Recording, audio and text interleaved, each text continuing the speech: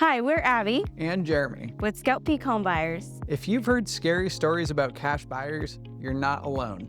Let's clear up the biggest myths fast. Myth number 1, they'll lowball me and hide all the fees. The truth is, our offer is based on a simple formula.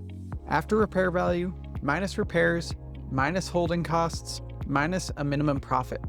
We share the numbers and there are no hidden fees. We typically cover standard closing costs. Myth number 2, they'll change the offer at the last minute. The truth is, we use a plain English contract, no gotchas. We don't play bait and switch. Unless something major was missed or misrepresented, we stand behind our offer. Myth number 3, I'll have to fix or clean everything first. No, you don't. We buy as is. Take what you want and leave the rest. We handle clean out and all repairs after closing. Myth number 4, they can't close quickly or I'll be rushed. Nope, you pick the date.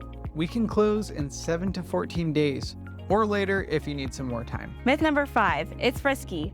Are the funds even real? Yes, we close with a local title company and use verified funds.